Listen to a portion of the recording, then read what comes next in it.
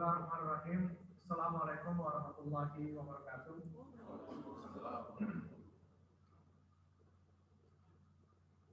Salam, Om Swastiastu, Namo Buddhaya. Salam kebajikan, salam sejahtera bagi kita semua, dan selamat malam. Yang sama-sama kita hormati Bapak Kepala Badan Litbang dan Diklat Kementerian Agama Republik Indonesia, Bapak Profesor Dr. Ahmad Buharyo. Yang saya hormati Bapak Rektor UIN Syekh Nurjati Cirebon selaku Sohibul Wilayah, segenap pimpinan di Puslitbang, Rektor, Kepala Bidang 1, Kepala Bidang 2, Kepala Bidang 3, serta para peneliti, para reviewer buku agama, pendidikan agama yang saya hormati. Syukur alhamdulillah pada kesempatan malam ini kita bisa bersama-sama hadir di ruangan ini di Hotel Luxor Cirebon dalam rangka mengikuti pembukaan sidang ketiga penilaian buku agama. Dan alhamdulillah pada kesempatan ini Bapak Kepala Badan berkenan hadir secara fisik langsung. Sebelumnya beliau pada sidang kedua melalui daring, ya. Alhamdulillah pada sidang ketiga ini beliau bisa bersama-sama kita dan memberikan arahan, memberikan juga bagaimana program-program yang terkait dengan penilaian buku dan secara umum Litbang dan Diklat. Bapak Kepala Badan yang saya hormati, perlu saya sampaikan bahwa penilaian buku agama ini sesuai dengan regulasi yang memang sudah menuntut untuk diamanahkan, dilaksanakan oleh Litbang Kementerian Agama, di mana di dalam Undang-Undang 3 2017 tentang sistem perbukuan bahwa muatan keagamaan dalam buku ya itu menjadi tanggung jawab kementerian yang mengurusi bidang keagamaan. Untuk itulah maka sidang ini dilaksanakan, sidang penilaian buku ini yang ketiga kalinya, dan masih ada satu kali lagi nanti dan kita akan ikuti, mudah-mudahan bisa dilaksanakan pada bulan ini juga, sehingga semua pekerjaan-pekerjaan tuntas pada bulan November ini, khususnya karena kita ingin meningkatkan penyerapan di Kementerian Agama. Kemudian saya ingin laporkan juga kepada Bapak Kepala Badan bahwa pada malam hari ini kurang lebih 100 orang lebih peserta sudah hadir. Di antaranya ada reviewer-reviewer yang berasal dari internal Puslitbang sendiri, dari Kementerian Agama maupun dari Satker yang ada di lingkungan Kementerian Agama, baik yang berada di bawah Pendis, ya, misalnya dari UIN dan YN, ataupun juga dari madrasah, ya, guru, tetapi juga ada dari pihak eksternal di luar Kementerian Agama, termasuk dari Dimas juga yang dari agama-agama lain, ya, ikut serta. Dan alhamdulillah ini sekira adalah forum yang terbuka untuk kita melihat kembali bagaimana buku agama ini mau dipresentasikan kepada publik sebelum nanti dikonsumsi, maka perlu diperhatikan terlebih dahulu apa-apa saja parameter yang telah dipenuhinya. Tentu saya tidak ingin menyampaikan secara teknis hal-hal tersebut, ya, karena saya yakin ini sudah sidang yang ketiga, maka para reviewer juga sudah sedikit banyak punya pengalaman, dan sudah sedikit banyak mengetahui. Yang ingin saya sampaikan kepada Bapak Kepala Badan bahwa tahun ini jumlah buku yang kita review, yang kita nilai jumlahnya hanya 310-an, ya, lebih. Ini jelas sekali masih jauh dari angka yang kita harapkan untuk bisa kita telaah, bisa kita nilai. Karena sesungguhnya dari sistem penerimaan, ya, buku agama yang dibuka di awal tahun ini dan telah disubmit oleh para penerbit, itu jumlahnya mencapai lebih dari 1000. sehingga kita terpaksa harus mensortir, ya, memfilter dan memilah-milih, sehingga akibatnya tidak semua buku tersebut dapat kita tindak lanjuti untuk kita nilai, karena antara lain keterbatasan anggaran. Nah, harapannya mudah-mudahan di tahun yang akan datang kita bisa memaksimalkan, kita bisa meningkatkan jumlah anggaran, dan buku-buku yang tadinya belum sempat saya pilih untuk dinilai, maka itu bisa kita lakukan penilaiannya pada tahun 2021. Terakhir ingin saya sampaikan juga kepada kepala badan bahwa hari ini sengaja kami mengundang Bapak Rektor GIN Syekh Nurjati Cirebon, ya, dalam rangka ingin menyampaikan bahwa kami sudah mencoba mendiskusikan beberapa rencana-rencana kerjasama, ya, antara lain untuk melihat bagaimana khazanah yang ada di wilayah Cirebon ini, manusia dan seterusnya. Meski memang sebetulnya sudah cukup banyak riset-riset yang dilakukan, tetapi yang belum banyak ditindaklanjuti adalah pengembangannya. Maka ini antara lain yang kita mau coba, bagaimana melakukan pengembangan, ya, karena di Litbang tidak hanya semata penelitian atau semata-mata riset asli. Selain itu juga kami sampaikan dalam kunjungan kami terdahulu, ada rencana dan informasi yang sudah kami dapatkan dari Pak Rektor, nanti disampaikan langsung oleh Pak Rektor, bahwa GIN Cirebon ini punya inisiasi untuk melakukan penerjemahan Al-Quran ke bahasa Jawa Cirebon, ya. Dan ini sudah dilakukan, sehingga kita cukup terbantu Pak Kabar, karena ini adalah inisiatif yang datang. Biasanya kan kita yang mencoba mencari mana pihak Pemda ataupun pihak kampus, tetapi ini alhamdulillah yang Cirebon sudah rupanya mengantisipasinya, dan untuk itu ke depan kita harapkan nanti kerjasama bisa lebih sinergis. Demikian yang bisa saya sampaikan sebagai laporan kegiatan pada malam hari ini, dan perlu juga saya sampaikan terakhir bahwa kami juga mengundang staf khusus Menteri Agama Bapak Kevin, ya, yang rencananya besok malam akan hadir pada kesempatan malam ini, besok malam, dan menyampaikan beberapa arahan kebijakan Kementerian Agama, khususnya terkait dengan bagaimana arah dari Bapak Menteri. Saya kira itu semua yang bisa saya sampaikan. Saya cukupkan sekian dan saya akhiri.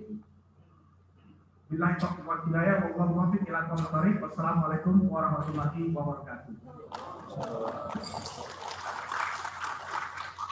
Terima kasih kami haturkan.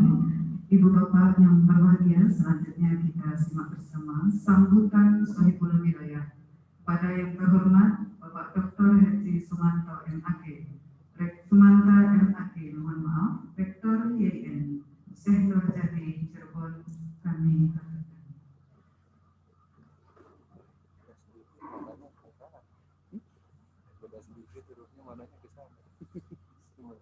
Assalamualaikum warahmatullahi wabarakatuh.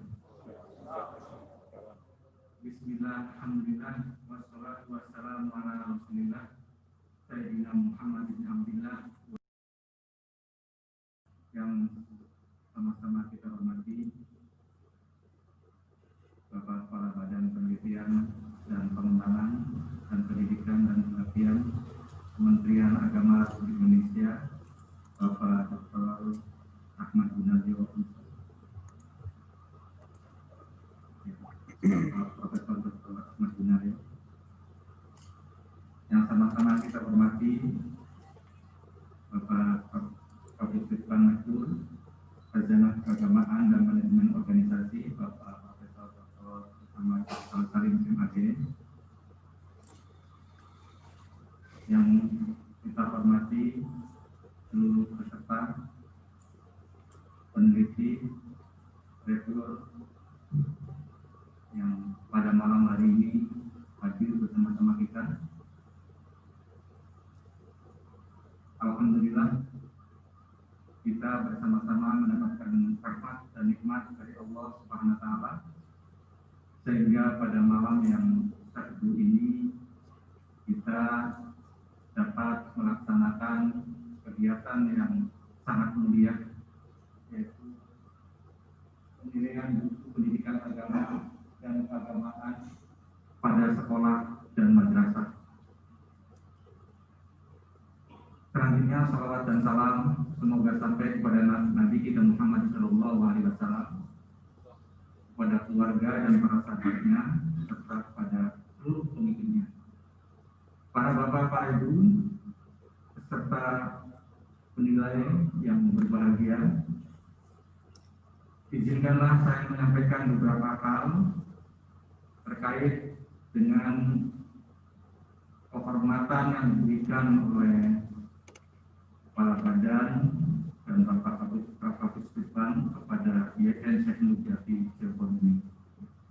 Yang pertama tentu saja saya ucapkan selamat datang di kota Cirebon, kota yang dikenal dengan sebutan kota wali, karena di kota ini pernah hidup seorang wali, seorang mubaligh, seorang mursyid, Sunan Gunung Jati, yang itu semua menjadi kebanggaan kita semua dan menjadi sejarah masa lalu yang menginspirasi kehidupan kita di kota ini. Yang kedua, saya mengucapkan terima kasih dan apresiasi yang setinggi-tingginya atas kepercayaan kepada YN Syekh Nurjati Cirebon sebagai Kafidul Wilayah, Kafidul Adat, yang dimana beberapa hal tadi yang sudah disampaikan oleh Pak Kapuslir bahwa YN Syekh Nurjati Cirebon digandeng untuk beberapa program.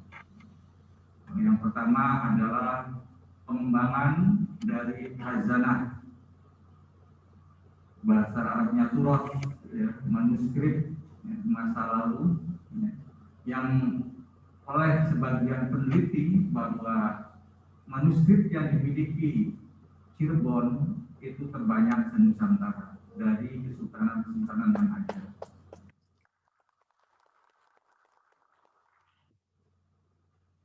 Pernyataan seperti itu kita dapatkan dari peneliti UI, dari peneliti UIN Yogyakarta, dan beberapa peneliti yang lain. Dan khazanah yang dimiliki itu tersebar di berbagai daerah, tersebar di beberapa tokoh masyarakat, juga tersebar di Belanda. Dan itu aset kita yang harus kita kaji lebih dalam, lebih jauh lagi, sebagai sebuah kekayaan intelektual yang harus kita lestarikan, kita kembangkan untuk keperluan kemajuan bangsa kita tentu saja. Karena kita tahu bahwa Cirebon yang masa keemasannya diperintah oleh Sunan Gunung Jati itu memiliki dua karakteristik. Yang pertama, karakteristik Sunan Gunung Jati sebagai seorang pemimpin pemerintahan, kepala negara yang sangat berhasil dalam pengembangan pemerintahannya sampai bisa menaklukkan Pajajaran, mengembangkan sampai ke Betawi, ke Banten, dan ke timur sampai ke Brebes, Tegal, dan seterusnya. Dari sisi keagamaan, kita tahu bahwa Sunan Gunung Jati atau Syarif Hidayatullah adalah tokoh atau pemimpin agama yang sangat dikagumi, sangat karismatik, ya. Beliau adalah mursyid thariqah, 3 thariqah, yaitu thariqah Satoriyah, thariqah Sajiliyah, dan thariqah Naqsabandiyah. 3 thariqah ini adalah thariqah yang diikuti oleh umat Islam dunia, sehingga genealogi spiritualitas thariqah ini manakala dilakukan pertemuan setiap tahunnya merupakan pertemuan para tokoh agama se-Asia Tenggara. Baik pertemuan itu dilaksanakan di Cirebon atau di Patani atau di Malaysia atau di Brunei, sampai sekarang masih berlangsung. Dan itu menunjukkan bahwa eksistensi dari Sunan Gunung Jati sebagai tokoh pemimpin agama. Dan itulah yang menginspirasi kita semua, tentu saja khazanah yang dimiliki, manuskrip yang ada di kota Cirebon harus digali, harus diteliti, bahkan sebagaimana tadi disampaikan oleh Pak Prof. Askal, harus dikembangkan, dikembangkan lebih lanjut lagi. Ya. Kemudian yang selanjutnya yang saya sampaikan juga ucapan terima kasih kepada Pak Kapuslir. Ya. Tadi disampaikan bahwa ada inisiatif dari YIN Syekh Nur Jati Cirebon untuk menerjemahkan ke dalam bahasa Cirebon. Karena bahasa Cirebon ini unik, bahasa Cirebon ini unik, dan bahasa ini dipakai oleh para ulama pada masa lalu, ya, sampai sekarang. Ya, dengan huruf Arapegon, ya, kita ketahui beberapa manuskrip menunjukkan bahwa bahasa ini harus hadir juga di tengah-tengah kita, memiliki karakteristik sendiri, ya. Bukan bahasa Jawa, tapi juga bukan bahasa Sunda. Ya. Diksinya kadangkala mirip dengan bahasa Jawa, juga mirip dengan bahasa Jawa.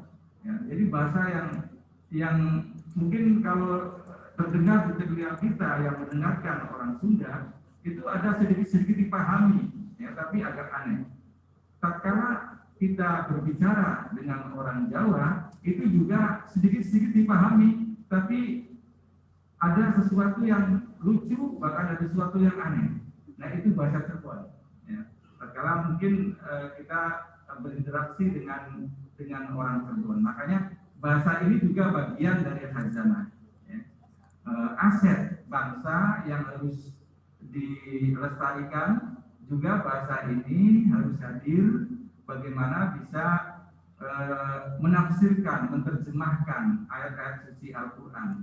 Dan tanggung jawab itu tentu saja dipikul oleh para akademisi, para ilmuwan, para peneliti, ya, yang harus menghadirkan kekayaan intelektual, ya, melalui bahasa. Ya, karena kita tahu bahwa local knowledge, ya, kearifan lokal itu bagian yang tidak terpisahkan dari moderasi beragama sebagai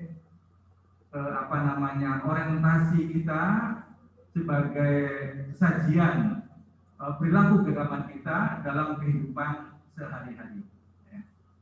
Saya tadi mendengar protokol mengatakan Rektor YIN Syekh Nur Jati Cirebon Bapak Sumanto. Nah, itu kan artinya apa? Artinya ada di situ ranah, ya, atau dialek Jawa masuk, ya. Kalau A itu Jawa dibaca O, ya, Sumanto, Soeharto, ya, Kartawijaya, dan seterusnya dibaca Kartawijoyo, ya. Tatkala masuk ke Jawa Barat itu sudah Sumanta, ya. Tapi Soeharto ini jarang Soeharta ini, ya, Soeharto gitu, ya. Tapi ada itu, ya, ada. Nah, itu dialek-dialek yang muncul yang menjadi ciri khas bahasa Cirebon itu dipakai oleh para ulama masa lalu untuk menerjemahkan beberapa disiplin keilmuan. Ya. Kita lihat umpamanya kitab Martabat 7, ya. Dulu diisi oleh teman kita dari yang sekarang kasih penelitian Pak Mahrus, ya. Kebetulan saya sendiri sebagai penguji eksternal disertasi di UI waktu itu memperlihatkan bagaimana bahasa Cirebon disuguhkan dalam sebuah rangka keilmuan, ya, yang kalau kita lihat Martabat 7 itu adalah berisi tentang tasawuf, berisi tentang tasawuf falsafi, berisi tentang makomat-makomat, ya, yang itu merupakan pengalaman spiritual yang dikonsepsikan dalam filsafat, dalam sebuah konsep, kemudian dituangkan ke dalam bahasa Cirebon. Nah, itu yang menjadi pemicu para penguji saat itu, para pembimbing, ya, bahasa-bahasa yang disajikan oleh oleh seorang peneliti. Ya. Bagaimana dia bisa memahami ini, dipahami, dan ini adalah khazanah, ini adalah aset masa lalu yang harus diungkap oleh kita sebagai akademisi, sebagai peneliti. Ya. Dan itu adalah tantangan. Dan alhamdulillah, ibarat gayung bersambut, tatkala kami menyampaikan ide, gagasan, inisiatif untuk bisa menerjemahkan bahasa Al-Quran, bahasa Arab ke dalam bahasa Cirebon. Yang itu semua terjemah itu sudah kita dapati. Al-Quran diterjemahkan dalam bahasa Sunda, Al-Quran diterjemahkan dalam bahasa Jawa, ya, Al-Quran diterjemahkan dalam bahasa Banjar, ya, dan kita sudah dapati beberapa terjemah yang sangat bagus yang itu bisa bermanfaat bagi penduduk, bagi masyarakat, komunitas pemakai bahasa tersebut. Itulah beberapa hal yang kami sampaikan. Saya sampaikan sekali ucapan terima kasih yang sedalam-dalamnya dan apresiasi yang tinggi-tingginya kepada Bapak Profesor Dr. Ahmad Gunarjo dan Bapak Profesor Dr. Muhammad Askar Salim yang telah menggandeng IAIN Syekh Nurjati Cirebon untuk kerja-kerja besar ini. Terima kasih. Wassalamualaikum warahmatullahi wabarakatuh.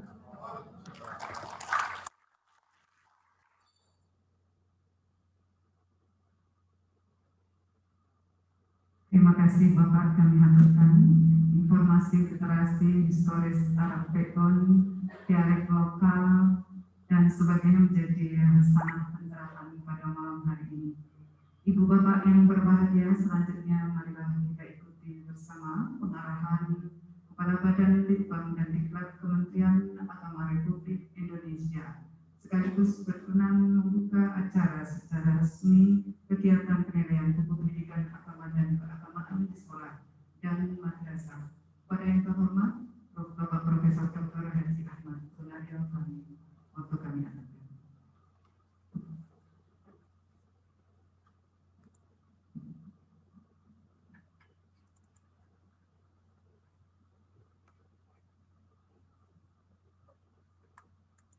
Bismillahirrahmanirrahim. Alhamdulillah, syukurlah, wassalatu wassalamu ala rasulillah. Assalamualaikum warahmatullahi wabarakatuh. Selamat petang Ibu dan Bapak, salam sejahtera untuk kita semua. Mudah-mudahan Ibu dan Bapak semuanya sehat walafiat. Yang saya hormati Agus Rita,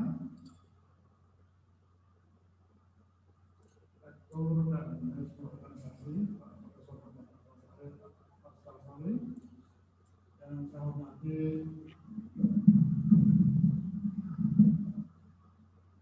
Pak Rektor, Pak Dr.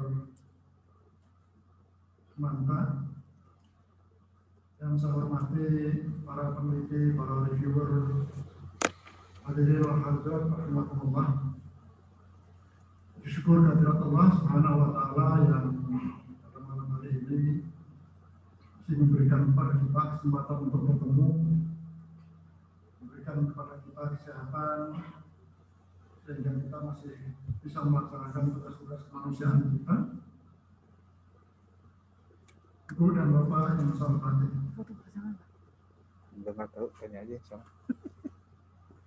Ternyata pelaksanaan kegiatan kita Tadi ini saya salah. merupakan pelaksanaan dari Peraturan Menteri Agama Nomor 9 2018. Saya baru sadar setelah saya lihat tahun 2018 pasti saya tanda tangan. Ternyata saya betul yang tanda tangan di situ. saya sendiri sudah lupa. Ini sama dengan yang dilakukan oleh BPK setiap kali melakukan entry meeting di Kementerian Agama sebelum daerah-daerah. Pertama pasti mencari saya dan ketemu saya dan mengatakan kepada saya, Pak, kami datang dalam rangka untuk menegakkan apa yang Bapak tulis dalam peraturan itu. Dan ini membuat saya semakin tertekan karena jangan sampai kemudian saat itu saya memimpin sebagai kepala biro hukum dan kerjasama internasional. Kalau sampai terjadi perbuatan-perbuatan yang menyimpang dari peraturan, maka dosanya paling besar begitu. Dan saya merasakan hal yang seperti ini juga tampaknya karena saya melihat aturan ini saya tanda tangani sehingga bahwa aturan ini nakal juga sehingga meminta saya ya harus datang dong untuk menyampaikan beberapa hal itu yang menulis acara saya dari itu. Kebetulan saya sekarang dapat sebagai kepala badan Kementerian Agama. Itu adalah Pak yang saya hormati. Saya bersyukur dan terima kasih atas kehadiran Ibu dan Bapak semuanya. Tanpa kehadiran, tanpa Bapak dan Ibu semuanya binaseng dan tidak ada apa-apa. Karena itulah maka sekali lagi saya mengucapkan terima kasih. Benar bahwa apa yang dikatakan tadi bahwa memang buku agama, pendidikan agama dan keagamaan itu harus ditasbih dulu ya Pak ya. Tasbih oleh Kementerian Agama karena memang menurut undang-undangnya memang harus begitu. Dan barangnya misalnya tidak boleh bertentangan dengan nilai-nilai Pancasila, kemudian juga tidak diskriminatif berdasarkan suku, ras, agama, dan seterusnya, tidak mengandung unsur pornografi, tidak mengandung radikalisme, dan juga tidak mengandung unsur kekerasan, dan tidak mengandung ujaran-ujaran kebencian. Nah, kita selama ini terkadang kurang begitu teliti. Masih saja ada buku-buku yang terlewat. Dan ini yang menjadi pemeriksaan kita adalah teks dan non-teks. Teks dan non-teks dan teks pendidikan agama itu sudah dibagi dua, yaitu teks utama dan pendamping, dan semuanya itu dari tanggung jawab kita. Itulah maka tanpa saya nggak bisa membayangkan tanpa Bapak Ibu kami ini tidak akan mampu untuk melakukan semuanya. Sekali lagi apresiasi saya dan ucapan terima kasih saya kepada Bapak Ibu. Mudah-mudahan semua yang Bapak Ibu lakukan menjadi amal jariah Ibu dan Bapak semuanya. Ibu dan Bapak yang saya hormati, kelihatannya memang hanya sebuah buku. Tetapi kelebihan buku itu adalah bisa dibuka setiap hari. Sehingga terjadi sosialisasi nilai yang terus-menerus dari waktu ke waktu. Bahkan saking cintanya kepada buku itu kadang-kadang dimanapun diselipkan itu ada buku. Dulu ketika saya kuliah tidak pernah lepas dari buku, selalu saja dimanapun, pergi dimanapun selalu buku. Makanya kuliah tidak pernah membayarkan karena selalu juara. Nah itulah mengapa kemudian terjadi sosialisasi yang terus-menerus. Sebab kalau kita tidak perhatian, tidak hati-hati, maka sosialisasi itu akan bisa melenceng yang akan menyebabkan perilaku anak-anak kita. Nah, ini khususnya buku-buku pelajaran itu tidak sesuai dengan harapan kita, khususnya dalam ranah kehidupan bernegara di Indonesia. Inilah pentingnya mengapa kita selalu membawa itu, dan harapan dari DPR sendiri juga memang harus seperti itu. Dari buku, saya belum tahu apakah kegiatan yang selanjutnya ini yang non-teks ini juga harus kita perhatikan pula ke depan. Saya juga sudah meminta kepada Prof. Arskal beberapa waktu yang lalu, nanti itu tidak hanya sekedar ini juga, tetapi harus mau untuk menelisik misalnya buku-buku kuno yang nantinya itu memuat ajaran-ajaran yang baik untuk proses pembelajaran anak-anak kita. Beliau menyebut pada saya storytelling Pak, storytelling, folklore. Nah folklore ini juga belum banyak yang disentuh. Dan folklore itu biasanya memang muncul dari dalam masyarakat itu sendiri, yang kemudian mengkristal menjadi pikiran-pikiran, sehingga kalau itu buku-buku yang kuno itu kemudian diproduksi kembali, itu akan bisa menjadi dongeng-dongeng yang bisa berguna, bisa bermanfaat banyak sekali. Nah, saya ingin ke depan juga itu sudah dilakukan. Ya sama lah, nanti ceritanya itu akan lahir semacam cerita seperti apa, Anjil orang Timur. Begitu. Jadi cerita-cerita anak-anak yang semacam itu. Kita ini udah Pak yang saya hormati, belum apa ya, belum memiliki kebiasaan untuk memprediksikan cerita sama seperti itu. Atau bahkan kalaupun dulu ada, sekarang ini telah banyak. Padahal di negara-negara maju itu justru menjadi profesi itu sendiri. Sampai hari ini saya punya beberapa teman, mereka adalah dokter juga, lulusan perguruan tinggi, pekerjaannya adalah storytelling. Bercerita dan cerita itu kemudian mereka tulis dan sebagainya sehingga memproduksi buku-buku yang bagus yang bisa diceritakan kepada anak-anak ketika menjelang itu. Dan semuanya itu adalah tentang religious values. Karena itulah maka ini juga menjadi pekerjaan kita ke depan untuk kita pikirkan. Untuk kita pikirkan dan kita produksi sehingga ini bisa menjadi kembali lagi bahwa itu banyak sekali nilai-nilai yang harus diajarkan kepada anak-anak kita. Kita memang terlalu humanistis pada soal yang pertanyaan saya adalah kalau lulusan SMA itu sudah banyak yang menjual olimpiade, tapi ketika sudah lulus perguruan tinggi kok masih kalah ya? Ini pertanyaan yang menurut saya tidak mudah untuk dijawab. Kita perhatikan banyak sekali anak-anak Indonesia itu juara olimpiade. Dan semacam itu, masih anak TK saja sudah dia jadi membaca, menghitung dan menghafal sesuatu yang sebenarnya tidak diperbolehkan, sesuatu yang sebenarnya tidak menyebabkan kesenangan pada anak. Yang senang itu adalah ibu-ibunya biasanya. Tetapi ya itulah yang terjadi, anak-anak kita tampaknya memang pintar, tetapi setelah lulus perguruan tinggi kok begitu terjadi degradasi yang luar biasa. Ini tentu saja persoalan-persoalan yang harus kita gali. Itu adalah bagian dari persoalan-persoalan pendidikan. Kembali lagi kepada buku agama tadi, dari kita memang yang harus terus-menerus bekerja, dan saya berharap sama dengan yang diharapkan oleh Prof. tadi, bahwa ke depan ini akan semakin banyak buku yang akan masuk kepada kita yang berarti ini menuntut kerja dan kinerja yang keras, lebih keras dari kita semua. Karena itulah maka siap-siap bapak-bapak dan ibu-ibu untuk menerima pekerjaan yang lebih keras dari Pak Askal ini, karena banyak sekali yang pasti akan masuk. Kan sekarang ini sebenarnya sudah banyak yang masuk, hanya karena keterbatasan anggaran sehingga kami tidak bisa memenuhi seluruhnya. Banyak yang harus dikerjakan, tetapi pekerjaannya adalah menjadi terlambat. Tetapi terlambat ini kalau semakin hari semakin banyak sudah menjadi persoalan bagi kita semua. Itu kan Bapak yang saya hormati, saya kira itu yang saya sampaikan pada kemarin, yang tadi, dan malam hari ini, pagi-pagi masih ada internasional, kemudian siang tadi harus mesti di Medan, kemudian baru sampai di sini. Karena itulah maka saya rasa saya akan mengucapkan selamat bagi Bapak dan Ibu semuanya, dan dengan mengucap Bismillahirrahmanirrahim, maka penilaian buku pendidikan agama dan keagamaan pada sekolah dan madrasah saya nyatakan dibuka secara resmi.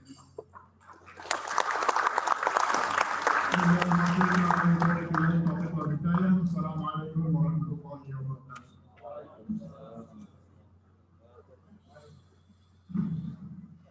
Alhamdulillahirrahmanirrahim. Dengan demikian acara pembukaan penilaian buku pendidikan agama dan keagamaan pada madrasah dan sekolah dan madrasah telah selesai. Namun demikian marilah untuk mengharap kesehatan kelancaran bersama kita ikuti dan berdoa bersama yang akan dipimpin oleh Bapak Sofyan MAG. Kami persilakan.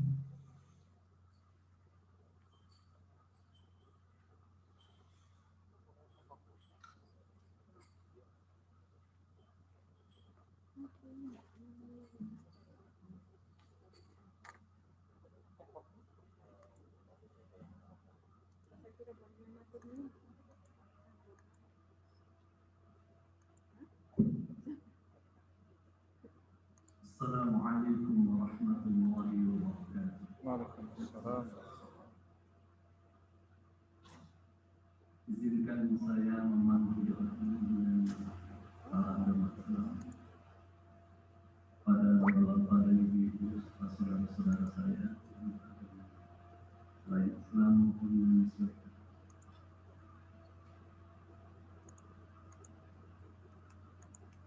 Na'udzu billahi minasyaitonir rajim. Bismillahirrahmanirrahim. Alhamdulillahi rabbil alamin. Wassalatu wassalamu ala asrafil anbiya'i wal mursalin. Sayyidina wa maulana Muhammadin wa ala alihi wa sahbihi ajma'in. Allahumma iftah 'alaina futuhal 'arifin بحكمتك وانشر علينا رحمتك وذكرنا ما نسينا يا ذا الجلال والإكرام إنك على كل شيء قدير. اللهم اجعلنا واجعل أولادنا وتلاميذنا من أهل العلم وأهل الخير ولا تجعلنا وإياهم من أهل الشر والظلم. Ya Allah, Ya Qawi, Ya Hadi, anugerahkanlah kepada kami kekuatan dan petunjuk dalam penyelenggaraan sidang ketiga penilaian buku pendidikan agama dan keagamaan pada sekolah dan madrasah yang diselenggarakan oleh Puslit Bangladesh Wazana Keagamaan dan Manajemen Organisasi tahun 2020. Rabbana taqabbal minna innaka antas samiul alim wa tub 'alaina innaka antat tawwabur rahim. Sallallahu ala sayyidina Muhammadin wa ala alihi wa sahbihi ajma'in. Alhamdulillahi rabbil alamin. Assalamu alaikum warahmatullahi wabarakatuh.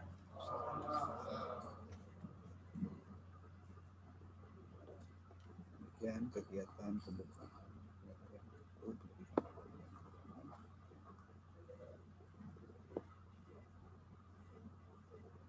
Alhamdulillahirabbil alamin.